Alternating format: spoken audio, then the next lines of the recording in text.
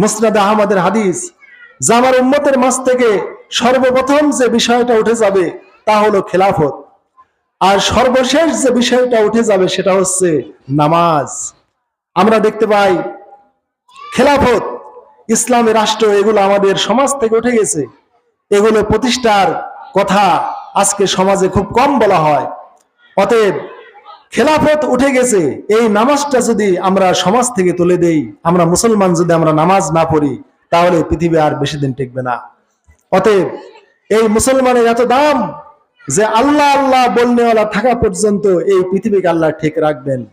সুতরাং কোন পারমাণবিক অস্ত্র পৃথিবীকে ধ্বংস করতে পারবে না, কোন ক্ষেপণাস্ত্র, কোন ফাইটার প্লেন এই পৃথিবীকে ধ্বংস করতে পারবে না। বরং এই পৃথিবী সেই দিনে ধ্বংস হবে যেদিন এই পৃথিবীতে আল্লাহ আল্লাহ বলনেওয়ালা আর কেউ থাকবে না। আল্লাহ রাসূল বলেন, লা তাকুমুস সাআতু হাত্তা ইউকালা ফিল আরদি আল্লাহ আল্লাহ। এই পৃথিবীর বুকে যতদিন আল্লাহ আল্লাহ বলনেওয়ালা থাকবে, ততদিন এই পৃথিবীতে কিয়ামত কায়েম হবে না। সুতরাং আল্লাহওয়ালা মানুষের কত মর্যাদা, আল্লাহকে যারা আল্লাহ বলে ডাকে তাদের কত মর্যাদা। এই পৃথিবীর মানুষ যখন আল্লাহ আল্লাহ আর বলনেওয়ালা থাকবে না, একজন মানুষও আল্লাহকে আর ডাকবে না, আল্লাহকে ভুলে যাবে, শুধুমাত্র আল্লাহ রব্বুল আলামিন তখন এই পৃথিবীটা ধ্বংস করে দিবেন। তাহলে আল্লাহ আল্লাহ বলার এত মর্যাদা, কেউ যদি আল্লাহর নামটিও এই পৃথিবীতে নেয়, ততদিন পর্যন্ত আল্লাহ পৃথিবীকে ধ্বংস করবেন না। তাহলে আল্লাহওয়ালাদের কত মর্যাদা। পারমাণবিক অস্ত্রের চাইতে একজন আল্লাহওয়ালার শক্তি অনেক বেশি। কেননা পারমাণবিক অস্ত্র যদি পৃথিবীর বুকে ছেড়ে দেওয়া হয়, এই পৃথিবী ধ্বংস হবে না, গোটা পৃথিবীকে ধ্বংস কেউ করতে পারবেন, এটা আল্লাহ যতদিন টিকিয়ে রাখবেন। কিন্তু যারা আল্লাহ আল্লাহ পৃথিবীতে বলে, আল্লাহকে ডাকে, এই আল্লাহওয়ালা লোকেরা যখন আল্লাহকে ছেড়ে দিবে, তখন আর এই পৃথিবী টিকবে না। অতএব আমরা মুসলমান, আমরা নামাজ বুঝি না, আমরা যাকাত বুঝি না, আমরা হজ বুঝি না, ইসলামের বিধান বুঝি না।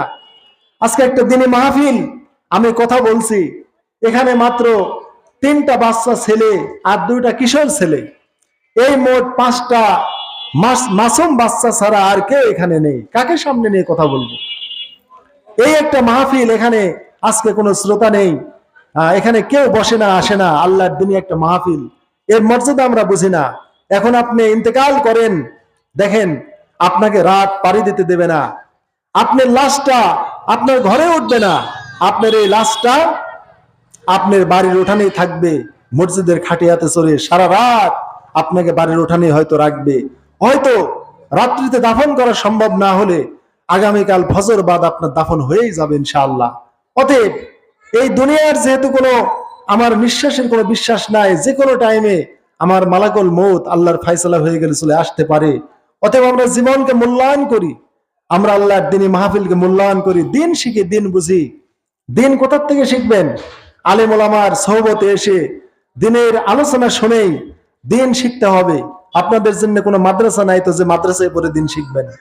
অতএব আলেম ওলামারা মাদ্রাসায় পড়ে আল্লাহর দিন শিখেছে, আপনারা এই সকল মাহফিলে এসে আল্লাহর দিন শিখবেন। তো হাজরিন, যে কথা বলছিলাম যে আজ মুসলমান নামাজ পড়ে না, এই জন্য মুসলমানের মধ্যে রোগ ব্যাধি বেশি, মুসলমানের মধ্যে স্ট্রোকের রোগ বেশি।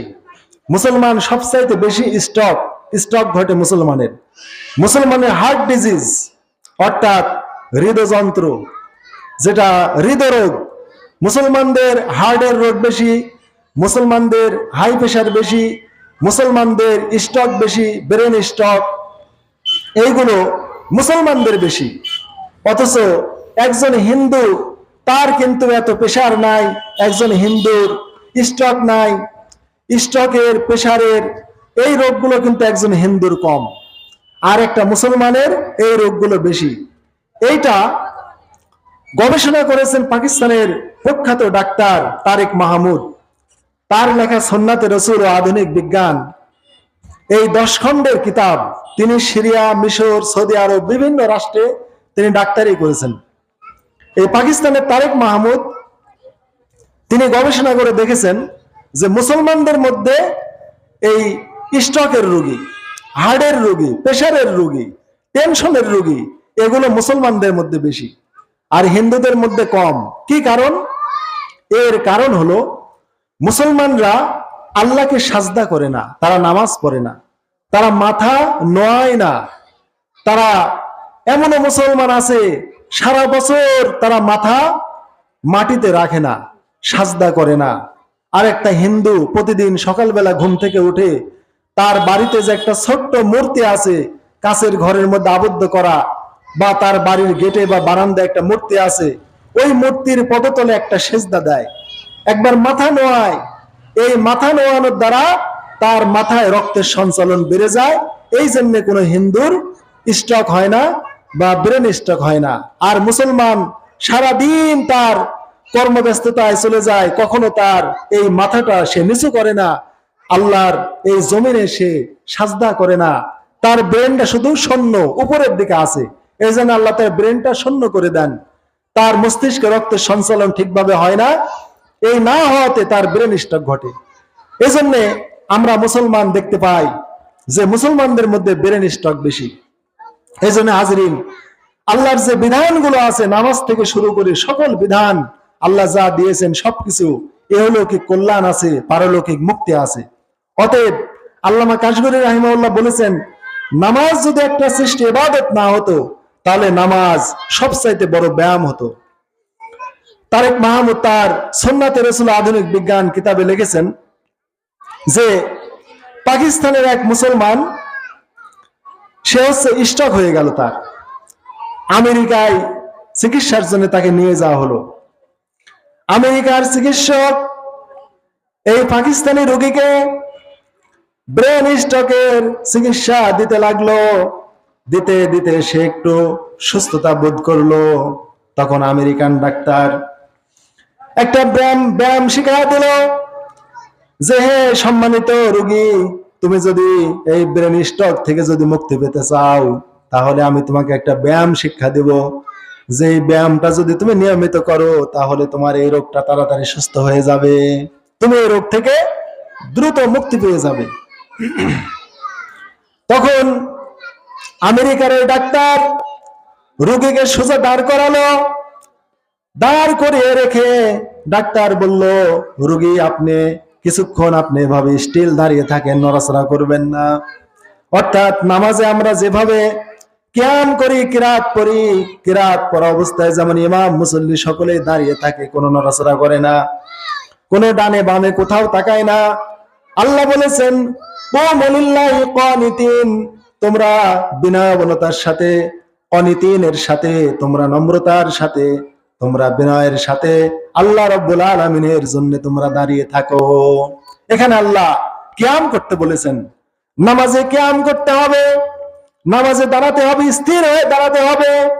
আল্লাহ রাসূল ডানে বামে তাকাতে নিষেধ করেছেন। নামাজরত অবস্থায় আল্লাহ রাসূল আসমানের দিকে চোখ তুলে তাকাতে নিষেধ করেছেন। আল্লাহ রাসূল বলেছেন, তোমরা আসমানের দিকে তাকাবে না, পিছনে আল্লাহ রাব্বুল আলামিন তোমাদের চেহারাগুলোকে গাধার আকৃতি বানিয়ে দিতে পারেন। তাহলে ডাক্তার প্রথমে কিয়াম শিখালো, কিন্তু আমেরিকান ডাক্তার, সে তো খ্রিস্টান, সে জানে না এইটা হলো নামাজের কিয়াম। মুসলমান যখন নামাজ পড়ে তখন মুসলমানেরা স্টিল দাঁড়িয়ে থেকে কিয়াম করে, এটা কিন্তু ডাক্তার জানে না, ডাক্তার এটা ব্যায়াম হিসাবে জানে। তাই রোগীকে স্টিল দাঁড়িয়ে দিল, অর্থাৎ কিয়াম করালো। রোগী কিয়াম করলো, কিছুক্ষণ দাঁড়িয়ে থাকলো। কিছুক্ষণ দাঁড়িয়ে থাকার পর এবার আমেরিকান ওই ডাক্তার রোগীকে বলল, এবার আপনি কোমরটা ভাঁজ করে একটু দেহটা দুলিয়ে দেন। অর্থাৎ যেভাবে রুকু করা হয়, কোমর ভাঁজ করে দেহটা দুলিয়ে যেভাবে মাথা, পিঠ এবং কোমর সমান্তরাল রাখা হয়, আল্লাহ রাসূল সাল্লাল্লাহু আলাইহি সাল্লাম যখন নামাজে রুকু করতেন তার মাথা, তার পিঠ এবং কোমর সমান্তরাল থাকতো। যদি পিঠের মাঝখানে পানি ঢেলে দেওয়া হতো, পানি ওই পিঠের মাঝখানে থাকতো, সামনে পিছনে কোথাও পানিটা গড়িয়ে যেত না। এইভাবে ডাক্তার তাকে রুকু করে দিল, কিন্তু ডাক্তার জানে না এইটা নামাজের রুকু। মুসলমানেরা যে নামাজ পড়ে সেই নামাজের রুকু, এইটা ওই ডাক্তার জানে না।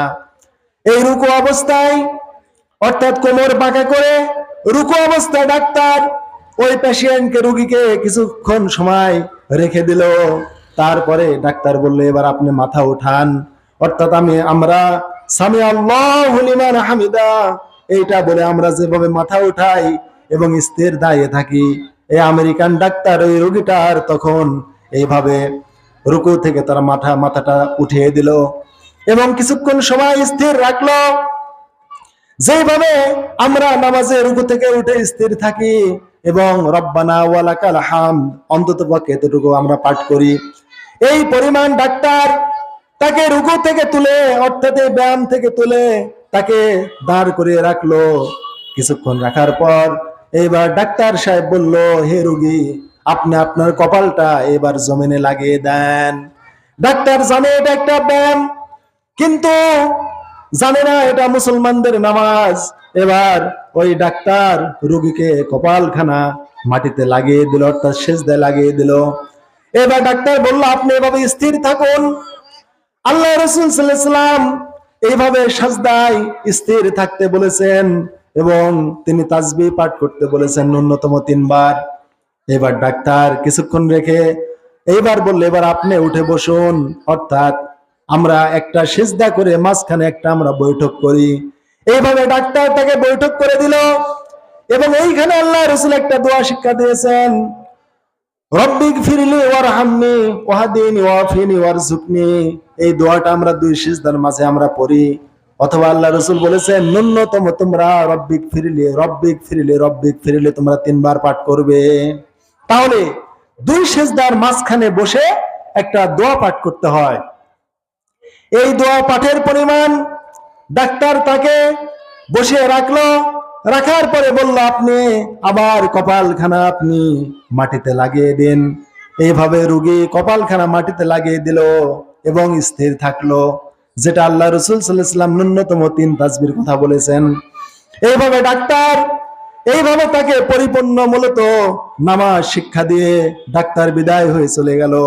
আর রোগীকে বলল যে ব্যায়াম আপনাকে আমি শেখাচ্ছি, ব্যায়ামটা আপনাকে নিয়মিত করতে হবে। আমি প্রতিদিন এসে এসে কয়েকদিন আপনাকে আমি এর প্রশিক্ষণ দেবো যেন ব্যায়ামটা আপনি শিখে নিতে পারেন। তারপরে পরের দিন যখন ডাক্তার আসলো, বলল, হে রোগী, গতকাল আমি আপনাকে যেভাবে ব্যায়াম শিক্ষা দিয়েছি ওই ব্যায়ামটা আপনাকে আমি আবার শেখাতে এসেছি। এইভাবে আপনাকে কয়েকদিন ব্যায়ামটা শেখায় আমি বিদায় নিব। আপনি নিয়মিত এই ব্যায়ামটা করলে পারে আপনাকে গড বা ভগবান আপনার রোগটা ভালো করে দিবেন। ডাক্তার যখন তাকে বলল, ওই ব্যায়ামটা আমি আপনাকে আবার শিখিয়ে দিচ্ছি, রোগী বলল, না না ডাক্তার সাহেব, এই ব্যায়ামটা আমাকে শেখাতে হবে না, আমি মুসলমান, আমি জানি আপনি আমাকে যে ব্যায়ামটা শিক্ষা দিয়েছেন এটা কোনো ব্যায়াম না, এটা হলো আমাদের নামাজ। এটা কি? আমাদের নামাজ। ডাক্তার বলল, তাহলে কি আপনি মুসলমান? বলল, হ্যাঁ আমি পাকিস্তানি মুসলমান। ডাক্তার বলল, আপনি মুসলমান, তাহলে আপনার ব্রেন স্ট্রোক কিভাবে হলো আপনি বলেন? কারণ কোন মুসলমান যদি আমি যেভাবে ব্যায়াম শিক্ষা দিয়েছি এই ব্যায়ামটা প্রতিদিন যদি 5 বার করে কোনো মানুষ করে তাহলে তার কখনো ব্রেন স্ট্রোক হবে না। ওই মুসলমান বলল, ডাক্তার সাহেব, আমি নামে মাত্র মুসলমান, মুসলমানের খাতায় নাম লেখা দিয়েছি, কিন্তু আমি তো নামাজ পড়ি না, আমি আমার কোমরকে বাঁক করে আমি রুকু করি না, আমি আমার কপালকে কখনো আমি জমিনে ঠেকাই নাই। ডাক্তার বললেন, মুসলমান, আমি এই মেডিকেল হাসপাতালে আজকে এত বছর ধরে চিকিৎসা দিচ্ছি, আর আমি দীর্ঘ 5-7 দিন 1 সপ্তাহ লেগে যায় এক একটা রোগীকে ব্যায়ামটা শেখাতে, কিন্তু এত তাড়াতাড়ি আপনি ব্যায়ামটা শিখে নিয়েছেন যে আপনি একদিনের মধ্যে ব্যায়ামটা শিখে নিয়েছেন। আমি পৃথিবীর কত মানুষকে ব্যায়ামটা শেখাতে আমি কত কষ্ট বোধ করি, কিন্তু আমি আপনাকে মাত্র একদিনে ব্যায়ামটা আমি শেখাতে পেরেছি। ও মুসলমান, এই পাকিস্তানি এই পেশেন্ট ব্রেন স্ট্রোক করে যখন আমেরিকার মেডিকেলে গিয়েছিল, আমেরিকার ডাক্তার তাকে ব্যায়ামটা শিক্ষা দিয়েছিল, কিন্তু ব্যায়ামটা মূলত নামাজ। আজ মুসলমান নামাজ পড়ে না, আজ মুসলমান রুকু করে না, আজ মুসলমান সিজদা করে না, এই জন্য মুসলমানের স্ট্রোক আজ বেশি হয়ে গেছে। নতুন নতুন রোগ, যত আল্লাহর বিধান ছেড়ে দিবেন আল্লাহ তত রোগ আপনাকে চাপিয়ে দিবেন। আপনি সুস্থ থাকার জন্য যত জাগতিক নিয়ম নীতি আপনি গ্রহণ করবেন আপনি তত অসুস্থ হবেন। আর আপনি আল্লাহ তাআলার যত বিধিবিধান পালন করবেন, আল্লাহ রাব্বুল আলামিন আপনাকে তত সুস্থ করে দিবেন। এই জন্য ইসলাম এসেছেই সালাম থেকে, উদখুলু বিস-সিলমি কাফা, তোমরা পরিপূর্ণভাবে ইসলামে প্রবেশ করো। ইসলাম মানে কি? শান্তি। অতএব আল্লাহর যে কোনো বিধান পালনেই শান্তি আসবে। এইবার আমার ভাইরা, পাকিস্তানের তারেক মাহমুদ, উনি তার এই সুন্নাতে রাসূল আধুনিক বিজ্ঞান কিতাবের মধ্যে উনি এই কাহিনীটি উল্লেখ করে উনি ব্যাখ্যা করছেন যে নামাজ পড়লে কি উপকার হয়, নামাজ পড়লে এই দুনিয়াতে মানুষের শারীরিক কি কি উপকার হয়। ভালো করে আমার দিকে লক্ষ্য করেন। তরল পদার্থ যেটা, তার চাপ কিন্তু নিচের দিকে, একথা ঠিক কিনা? কারণ আমাদের কিন্তু টাঙ্কিগুলো, পানির টাঙ্কিগুলো ছাদের উপরে না, আর ট্যাপ গুলো নিচের দিকে, কেননা পানির চাপ নিচের দিকে। এই জন্য পানির ট্যাঙ্কি রাখি আমরা ছাদে, আর পানির ট্যাপ গুলো আমরা নিচে করি, কেননা তরল পদার্থের চাপ নিচের দিকে। এখন বলেন, রক্ত তরল না কঠিন পদার্থ? পানির মতোই রক্ত কিন্তু তরল পদার্থ। তাই রক্ত যেহেতু তরল পদার্থ, তাই রক্তের গতিটা কোন দিকে? নিচের দিকে। নিচের দিকে রক্তের গতিটা বেশি। এই জন্য আমাদের ফুসফুসে যে রক্ত পাম্পিং হচ্ছে, এই পাম্পিং করার ফলে রক্তটা কিন্তু আমাদের এই হার্ট থেকে, বুক থেকে শুরু করে আমাদের পায়ের তালু পর্যন্ত রক্তের কিন্তু চাপ বেশি। আর বুকের উপর থেকে মাথা পর্যন্ত রক্তের চাপ কম। কি কারণে? রক্ত তরল পদার্থ, উপরের দিকে ঠেলে উঠতে পারে না, বরং তরল হওয়ার কারণে এর গতিটা নিচের দিকে। এই জন্য আমাদের মস্তিষ্কে, এই ফুসফুস থেকে, হার্ট থেকে যখন রক্ত পাম্পিং হয়, এই মস্তিষ্কে কিন্তু রক্তগুলো সঠিকভাবে পৌঁছাতে পারে না, বরং আমাদের পায়ের দিকে রক্তগুলো ভালোভাবে পৌঁছে যায়। এই জন্য আপনার যদি হাতের আঙ্গুল কেটে যায়, এই হাতখানা যদি আপনি উঁচু করে ধরেন, আপনি মাথার উপরে যদি হাতখানা, যদি আঙ্গুলখানা খাড়া করে ধরেন, রক্ত কিন্তু বন্ধ হয়ে যাবে। আর হাতখানা যদি আপনি নিচে নামিয়ে দেন, আবার কিন্তু রক্ত পড়া শুরু হবে। যদি আমাদের পা কেটে যায়, অধিক পরিমাণে রক্তক্ষরণ হয়, পাটি যদি উঁচু করে ধরেন, এই রক্তের গতি কিন্তু কমে যাবে। কি কারণে? রক্ত তরল পদার্থ, নিচের দিকে এর গতি বেশি। সোনার ভাইরা আমার, আপনি যখন নামাজে দাঁড়ান, এই নামাজে দাঁড়িয়ে যখন আপনি সূরা কেরাত গুলো মনোযোগ দিয়ে আপনি যখন পাঠ করবেন, আপনার হৃদয়ে প্রশান্তি এসে যায়। আল্লাহ তাআলার সালাত হচ্ছে সবচেয়ে বড় জিকির। আল্লাহ তাআলা বলেছে, ইন্নাস সালাতা তানহা আনিল ফাহশাই ওয়াল মুনকার ওয়া যিকরুল্লাহিল আকবার। হে আমার বান্দারা, নিশ্চয় নামাজ মানুষকে অন্যায় অশ্লীল অপকর্ম থেকে বিরত রাখে, আর এই নামাজটা হলো সবচাইতে বড় জিকির। নামাজ কি? সবচাইতে বড় জিকির নামাজ। কে বলেছেন? ওয়ালা যিকরুল্লাহিল আকবার। এই নামাজটা হচ্ছে সবচেয়ে বড় জিকির। আল্লাহর জিকির হচ্ছে সবচেয়ে বড়, সেটা হচ্ছে নামাজ। অতএব আমরা নামাজে যখন সূরা কেরাত পাঠ করি, তখন আমাদের আল্লাহর জিকির, আল্লাহর স্মরণে আমাদের মনটা নরম হয়ে যায়, আমাদের ভিতরে প্রশান্তি এসে যায়। এরপরে যখন আমরা আল্লাহু আকবার বলে আমরা রুকু করি, ভালো করে খেয়াল করে থাকেন, যখন আমরা রুকু করি, তখন আমাদের এই যে ফুসফুস আছে কোথায়? আমাদের এই যে বুকের খাবাসের ভিতরে, হার্ট আছে এই বুকের খাবাসের ভিতরে। আমরা যখন নামাজে রুকু করি, আমাদের ঘাড় অর্থাৎ মাথা, আমাদের পিঠ এবং কোমর, এগুলো কিন্তু সমান্তরাল হয়ে যায়। কি হয়ে যায়? সমান্তরাল হয়ে যায়।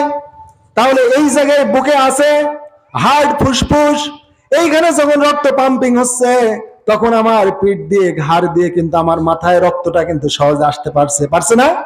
রক্ত সহজে আসতে পারছে। কিন্তু আমি যদি এরকম খাড়া করে মাথা রাখতাম, তাহলে এইখান দিয়ে চাপ দিয়ে কিন্তু উপরে রক্তটা তুলতে কষ্ট হতো না? আমরা জানি দুর্বল পাম্প হলে উপরে পানি তোলা যায় না, শক্তিশালী পাম্প হলেই কেবলে উপরে পানিটা পৌঁছে। আমরা তো দুর্বল, আমাদের বাংলাদেশের মানুষ, আমরা যা খাই দুর্বল। ব্রয়লার খায়, এখন তো আরো বেশি দুর্বল হয়ে গেছে, ফিড খাবার। অতএব যদি আপনি নামাজের উপকার যদি আপনি বুঝেন, এক ওয়াক্ত নামাজ আপনি তরক করতে পারবেন না। এইভাবে যখন রুকু করলেন, আপনার ফুসফুসে আল্লাহ রাব্বুল আলামিন এখানে রক্তগুলোকে রিফাইন করছেন। আমাদের গোটা বডিতে রক্তগুলো যখন চলে যায়, সার্কুলেশন হয়, এই রক্তগুলো গোটা শরীর থেকে আবার এসে কিছু রক্ত দূষিত হয়ে যায়, কিছু রক্ত বধ হয়ে যায়, ওই বদ রক্তগুলো ফুসফুসে এসে আল্লাহ আবার রিফাইন করে দেন। এই রিফাইন করা রক্তগুলো তখন আমাদের এই মস্তিষ্কে চলে যায়। এই মস্তিষ্কের মধ্যে লক্ষ লক্ষ অগণিত চিকন চিকন এটা নার্ভ আছে, রগ আছে, যেগুলো যখন ছেড়ে যায়, ফেটে যায়, ওই মানুষটা আর তখন আর বাঁচে না, আর সে মানুষ বাঁচে না। এই জন্যে যদি বেশি রক্তের চাপ হয়, উচ্চ রক্তচাপ হয়, তাহলে মস্তিষ্কের ওই শিরাগুলো ফেটে যায়, ফেটে অধিক পরিমাণে রক্তক্ষরণ হয়ে লোকটা মারা যায়। আবার লোকটা যদি দুর্বল হয়, তাহলে এই মস্তিষ্কের ওই শিরাগুলিতে আবার রক্ত পৌঁছতে পারে না। পৌঁছতে না পারার কারণে আমাদের মস্তিষ্কের কোষগুলো শুকে যায়। অর্থাৎ পানি ছাড়া গাছ যেমন শুকে মারা যায়, এরকম রক্ত যদি মস্তিষ্কে না পৌঁছতে পারে, মস্তিষ্কের শিরাগুলো, ব্রেনগুলো, নার্ভগুলো শুকে যায়, আর সেইগুলো কাজ করে না। তখন মানুষ ওইরকম ব্রেন স্ট্রোক আবার হয়ে যায়। অর্থাৎ মানে হাই ব্লাড প্রেশার, উচ্চ রক্তচাপেও মানুষের স্ট্রোক হতে পারে, নিম্ন রক্তচাপে মানুষের স্ট্রোক হতে পারে। এই জন্য ব্লাড গ্রুপ মানে যখন আপনারা প্রেশার মাপবেন, বিপি মাপবেন, ব্লাড প্রেশার সবসময় স্বাভাবিক থাকতে হবে। অর্থাৎ একটা পূর্ণবয়স্ক মানুষের উপরে 120 আর নিচে 80 থাকতে হবে, এটা হচ্ছে স্বাভাবিক। এখন আপনি রুকু করলেন, আপনার রক্তগুলো মস্তিষ্কে পৌঁছে গেল, এইবার আপনি সামি আল্লাহু লিমান হামিদা বলে আপনি আবার দাঁড়ালেন, তখন ওই মস্তিষ্কের শিরা থেকে আবার রক্তগুলো আবার গড়তে গড়তে ফুসফুসে চলে আসলো। এইভাবে মস্তিষ্কে রক্ত পৌঁছে গেল এবং মস্তিষ্কের শিরা উপশিরাগুলো, ব্রেন গুলো একটা খাদ্য পেল, খানা পেল। ভালো করে খেয়াল রাখেন, আল্লাহ আমাদের যে ব্রেন দিয়েছেন, মস্তিষ্কে যে আল্লাহ ঘেলু দিয়েছেন, ব্রেন দিয়েছেন, এই ব্রেনটা শুধুমাত্র দুইটা খানা খায়, একটা হলো আমাদের রক্ত আর একটা হলো মিষ্টি। ডাক্তারগণ বলেছেন, মেডিকেল সায়েন্স বলেছেন, এই মস্তিষ্কের যে মগজ আছে, যে ব্রেন আছে, এই ব্রেন পৃথিবীর একটা খাবার সরাসরি গ্রহণ করে, সেটা হচ্ছে মিষ্টি। কোন মানুষ যদি মিষ্টি খায়, এই ব্রেনটা ওই মিষ্টির সেই ঘ্রাণ, সেই স্বাদ, সেই মিষ্টির উপকারিতা ব্রেনটার সাথে সাথে গ্রহণ করে নেয়। মিষ্টির এত উপকার, আল্লাহ রসুল এই জন্য হালুয়া বা মিষ্টি ভালোবাসতেন। এই জন্য মিষ্টি খাবেন মাঝে মধ্যে, মিষ্টি খেলে মাথার ব্রেনও বৃদ্ধি পায়।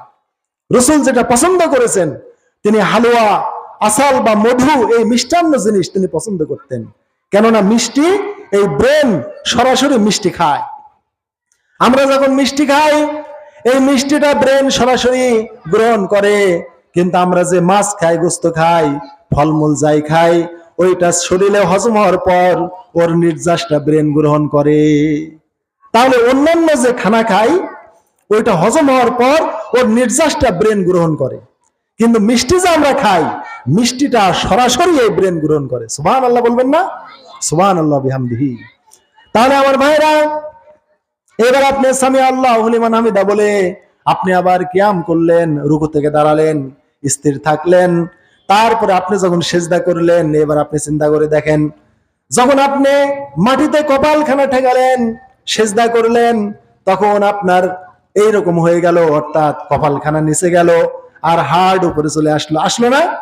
আমরা যখন সিজদা করি, আমাদের বুক, পেট, কোমর আকাশের দিকে চলে যায় আর মাথা মাটির দিকে চলে যায়। তাহলে এইবার ফুসফুস উপরে গেল, মাথা নিচে গেল, ফুসফুস উপরে গেল, মাথা নিচে গেল।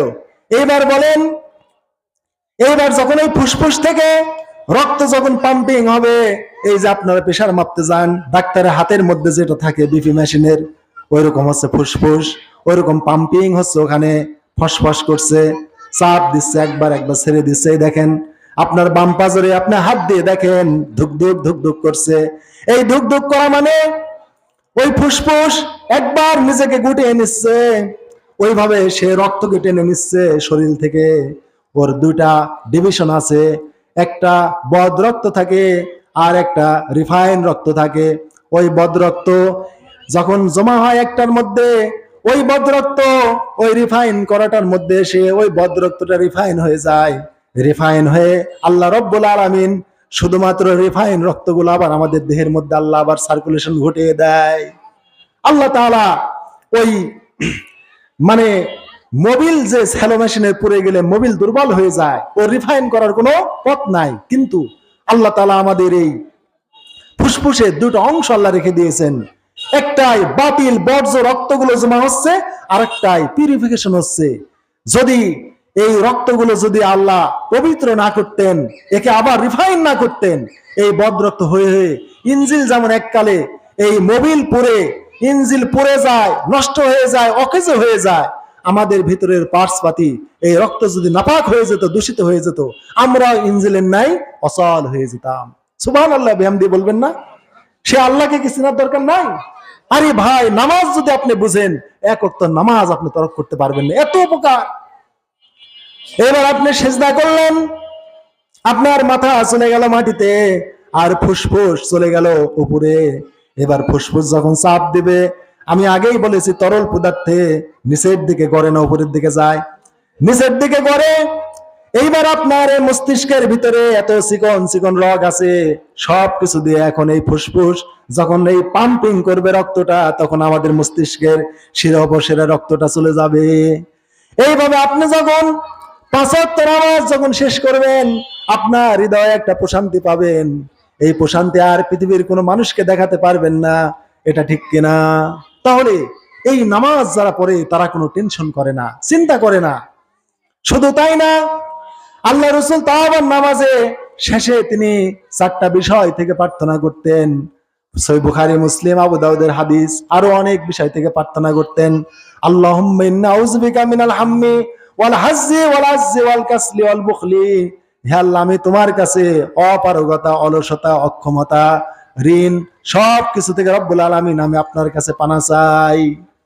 অলস হবেন না, আপনি দুর্বল হবেন না, নামাজ পড়েন, শক্তিশালী হবেন, প্রাণবন্ত হবেন। অতএব নামাজ যদি একটা ইবাদত না হতো, সেরা ব্যায়াম হতো। এই জন্য মুসলমান আজকে আমরা নামাজ পড়ি না। তাই আমেরিকার ডাক্তার পাকিস্তানের ওই স্ট্রোকের রোগীকে বলল যে আমার জীবনে আমি যত রোগী পেয়েছি, এই ব্যায়ামটা শেখাতে আমার অনেক গতিবেগ পেতে হয়েছে, কিন্তু তোমার মতো এত ভালো রোগী, এত ট্যালেন্ট রোগী আমি আর আল্লাহর জমিনে পাই নাই। চিন্তা করে দেখেন। তাহলে এই নামাজ আজকে আমরা আল্লাহর ইবাদত হিসাবে করি, আর অন্যান্য মানুষেরা ব্যায়াম হিসাবে করে না। তারপরে আল্লাহ রাসূল যেটা বলেছেন, নামাজে পায়ে হেঁটে যেতে, মসজিদ নববীর পাশে যখন জায়গা ফাঁকা হয়ে গেল, বনি সালমান লোকেরা বললে, ইয়া রাসূলুল্লাহ, আমাদের বাড়ি অনেক দূরে, ওই দূর থেকে মসজিদে নববীতে নামাজ পড়তে আসতে অনেক সময় লাগে, মসজিদ নববীর পাশে ফাঁকা হয়ে গেছে, আমরা এখানে বাড়ি করতে চাই যাতে করে আমাদের হাঁটা না লাগে। আল্লাহ রাসূল বললেন, হে বনি সালমা, তোমরা তোমাদের ওই বাড়িতেই থাকো, মসজিদ থেকে তোমরা দূরে থাকো, কারণ তোমরা যখন মসজিদে হেঁটে আসবে, তোমাদের ওই প্রত্যেক পদচিহ্ন আল্লাহ তাআলা লিখে রাখবেন। কি করবেন?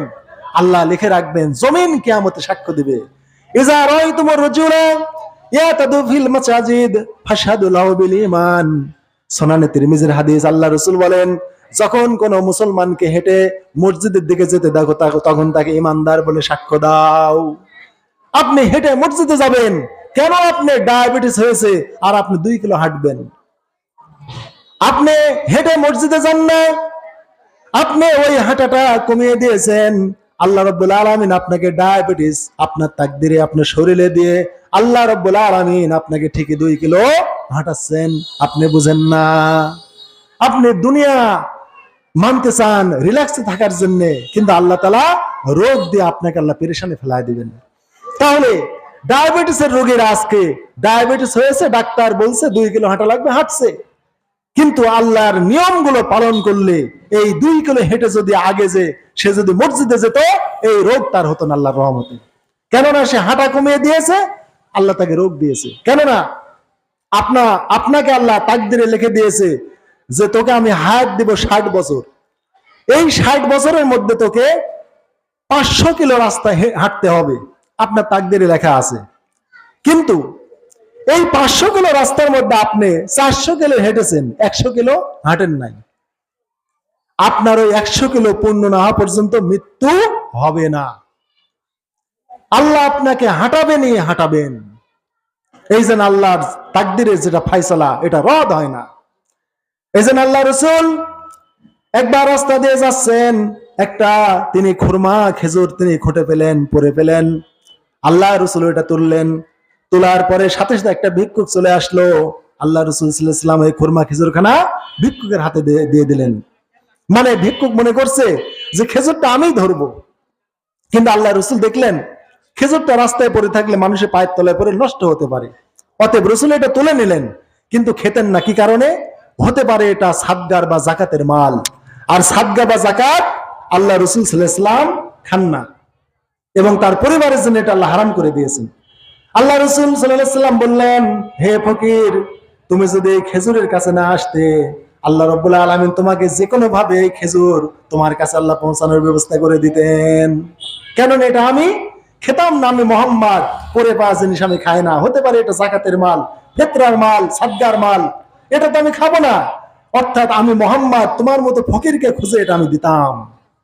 তাহলে আল্লাহর তাকদিরে ফায়সালা যেটা থাকে এটা হবেই হবে ভাইরা। এই জন্য আল্লাহর নামাজ, আমরা নামাজ বুঝি না মুসলমান। এই জন্য আল্লাহ রাব্বুল আলামিন সূরা ফাতিহা আল্লাহ প্রথমে দিয়েছেন কোরআনুল কারীমের।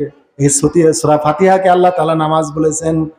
এই দুনিয়াতে একমাত্র আল্লাহর সাথে কন্টাক্টের মাধ্যম হলো নামাজ, এছাড়া আর কোনো বান্দার পথ নাই। আল্লাহ রাব্বুল আলামিন বিভিন্ন নবীর সাথে কথা বলেছেন ওহী দিয়ে। আমি আপনি নবী না, বরং আমরা শেষ নবীর উম্মত, কিন্তু আল্লাহ রাব্বুল আলামিন এই নামাজের মাধ্যমে আমাদের সাথে কথা বলেন, কিন্তু আমরা জানি না। নামাজ ফরজ, ওয়াজিব, এই সকল বিভিন্ন মাসালা আছে। কিছু নামাজ আছে ফরজ, কিছু আছে ওয়াজিব, কিছু আছে সুন্নাত। নামাজ ফরজ, এটা একটা শরীয়তের সবচেয়ে বড় আইন। আচ্ছা, যদি শরীয়তের সবচেয়ে বড় আইন না হতো তাহলে আপনি কি করতেন? আপনাকে বুঝতে হবে যে আমি আমার মহান পরওয়ারদিগার, প্রতিপালক, যিনি আমাকে বানিয়েছেন, যার নিকট থেকে আমি এসেছি, তার নিকটে আমাকে যেতে হবে। ইন্না লিল্লাহি ওয়া ইন্না ইলাইহি রাজিউন। সেই মহান রবের সাথে আমি কথা বলার একটা সুযোগ পেয়েছি। কি পেয়েছি? সুযোগ পেয়েছি। আপনি এটা জানেন না ফরজ। আপনি মূর্খ মানুষ, মূর্খ মুসলমান, মাদ্রাসায় পড়েন নাই, শরীয়তের ফিকহ হাদিস এগুলো পড়েন নাই। আপনি মনে করেন এটা ফরজ না, এটা আপনি জানেন নাই। নামাজ ফরজ আপনি জানেন না, ভালো। আমরা আলেম, হাদিস কোরআন পড়ে জেনেছি নামাজ ফরজ। আপনি জানেন নাই নামাজ ফরজ, সমস্যা নাই। তাও আপনি নামাজ পড়বেন কি কারণে? আপনি মনে করবেন যে আমি আমার মহান রবের সাথে কথা বলছি। কিসের মাধ্যমে? নামাজের মাধ্যমে। তা আমি এই সুযোগ হাতছাড়া করবো কেন? আপনি হৃদয়ে এটা লালন করেন যে আমার রব নামাজ আমার সাথে কথা বলে। এটা কি জানেন? নামাজে আল্লাহর সাথে বান্দার কথা হয়, এটা কি জানেন? এটা সহিহ মুসলিম শরীফের হাদিস। প্রত্যেক তাফসীর কারক সূরা ফাতিহার তাফসিরে এই হাদিসটি এনেছেন। তাফসীর ইবনে কাসির থেকে যে তাফসীর পড়বেন, তাফসীর ফি জিলালিল কুরআন, সকল তাফসীর কারক সহিহ মুসলিমের হাদিসটি উল্লেখ করেছেন। আল্লাহ রাব্বুল আলামিন বলেন, কসামতুস সালাতা বাইনি ওয়া বাইনা আবদি নিসফাইনি, আমি সালাতকে, নামাজকে আমার এবং বান্দার মধ্যে আমি দুই ভাগে ভাগ করেছি। কয় ভাগে? দুই ভাগে। কসামতুস সালাতা বাইনি ওয়া বাইনা আবদি নিসফাইন, আমি সালাতকে, অর্থাৎ সূরা ফাতিহাকে আল্লাহ তাআলা সালাত বলেছেন, সূরা ফাতিহাকেই সালাত বলেছেন। কেননা সূরা ফাতিহা ছাড়া সালাত হয় না। লা সালাতা ইল্লা বি ফাতিহাতিল কিতাব, সালাত সূরা ফাতিহা ছাড়া হয় না। কোন হাদিসে আছে যে ব্যক্তি সূরা ফাতিহা পড়লো না তার নামাজ অসম্পূর্ণ। তাহলে ইমামের পিছনে ফাতিহা পড়া না পড়ার মাসালা আলাদা, কিন্তু সূরা ফাতিহা নামাজে পড়তেই হবে। কতক ইমামের মতে ফরজ, কতক ইমামের মতে ওয়াজিব। তাহলে এই সূরা ফাতিহাকে আল্লাহ রাব্বুল আলামিন নামাজ বলেছেন। কি বলেছেন? নামাজ বলেছেন। সূরা ফাতিহাকে আল্লাহ নামাজ বলেছেন। তাহলে আপনার সন্তান আমেরিকায় আছে, ইংল্যান্ডে আছে, আপনি কথা বলবেন না সন্তানের সাথে? কি মাধ্যম? মোবাইল। কি মাধ্যম? মোবাইল। কয় ধরনের মোবাইল পাওয়া যায়? দুই ধরনের। একটা হচ্ছে বাটন ফোন, একটা অ্যান্ড্রয়েড ফোন। অ্যান্ড্রয়েড ফোন মানে যেটা ছবি দেখা যায়, যেটা ছবি দেখা যায়, আর বাটন ফোনে ছবি দেখা যায় না। সোনার ভাইয়েরা আমার, আপনার সন্তান যদি আমেরিকায় থাকে, তার সাথে কথা বলার একমাত্র মাধ্যম হলো এই মোবাইল ফোন। তাহলে আমার আল্লাহ তাআলা আরশ আজিমের উপরে থাকে, তার সাথে কথা বলার কি মাধ্যম? তার সাথে কথা বলার মাধ্যম হলো নামাজ। এই জন্য আল্লাহর সাথে এই নামাজকে আমি মোবাইল বলি, আর সেই মোবাইলের নাম্বার হলো 5। কি 5? এই নামাজের নাম মোবাইল, আর এর নাম্বার হলো 5। কথককে একজন থাকেন আরশে আজিমের উপরে, তার নাম আল্লাহ। একজন থাকে জমিনে, তার নাম বান্দা। তাহলে সমান আরশের উপরে যিনি থাকেন, ওই রব্বুল আলামিনের সাথে কথা বলার একমাত্র মাধ্যম হলো নামাজ। এই নামাজের মাধ্যমে আল্লাহ তাআলার সাথে কথা হবে। আমাদের বক্তব্য আচ্ছা, আলহামদুলিল্লাহ। তাহলে এই যে নামাজ আল্লাহর সাথে একমাত্র যোগাযোগের মাধ্যম। এই যে আল্লাহ তাআলা বলেন, ইজা ক্বালাল আবদু আলহামদুলিল্লাহি রাব্বিল আলামিন, যখন বান্দা বলে আলহামদুলিল্লাহি রাব্বিল আলামিন, তখন আল্লাহ বলেন হামিদানি আব্দি, বান্দা আমার প্রশংসা করলো। কে বলেন? আল্লাহ। আপনি একটা বলেন, আল্লাহর একটা বলে। আপনি বেটাকে বলেন আসসালামু আলাইকুম ওয়া রাহমাতুল্লাহ, বেটা বলে ওয়া আলাইকুম আসসালাম ওয়া রাহমাতুল্লাহ। দুইজনেরই কথা হয় না? এই নামাজ মোবাইল, এক প্রান্তে আল্লাহ, এক প্রান্তে বান্দা। আর নামাজ হলো মোবাইল।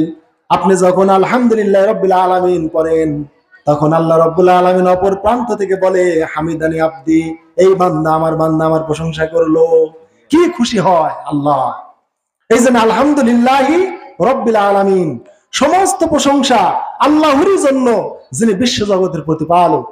এই লামটি এসেছে তাকসিস এবং তাহকিকের জন্য, মানে প্রশংসা লিল্লাহি, এই লামটি তাকসিস, আল্লাহর জন্য শুধু খাস, খাসের জন্য এসেছে। অতএব আল্লাহর জন্য সকল প্রশংসা, এই অর্থ করলে কোরআনে তাফসির হবে না।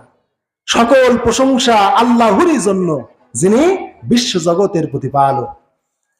আপনি বললেন আর রহমানির রহিম, আল্লাহ তাআলা বলেন আসনা আলাইয়া আব্দি, বান্দা আমার শ্রুতি গান গাইলো, বান্দা আমার সানা পড়লো। সুবহানাল্লাহ বলবেন না? আপনি একটা বলেন, আল্লাহর একটা বলেন। বান্দা যখন বলে মালিক ইয়াউমিদ্দিন, হে আল্লাহ আপনি বিচার দিনের মালিক, আল্লাহ তখন বলে মাজ্জাদানি আব্দি, বান্দা আমার মর্যাদা বর্ণনা করলো। সুবহানাল্লাহ বিহামদিহি। আল্লাহ কি সুন্দর করে আমার জবাব দিচ্ছেন। এবার আমরা বলি ইয়াকা নাবুদু ওয়া ইয়াকা নাস্তাইন, আল্লাহ তাআলা বললেন হাযালি আব্দি ওয়া লি আব্দি মা সাআলা, এটা আমার বান্দার জন্য, আর আমার বান্দা যা চাবে আমি তাকে তাই দিয়ে দেব। এবার চাবেন না?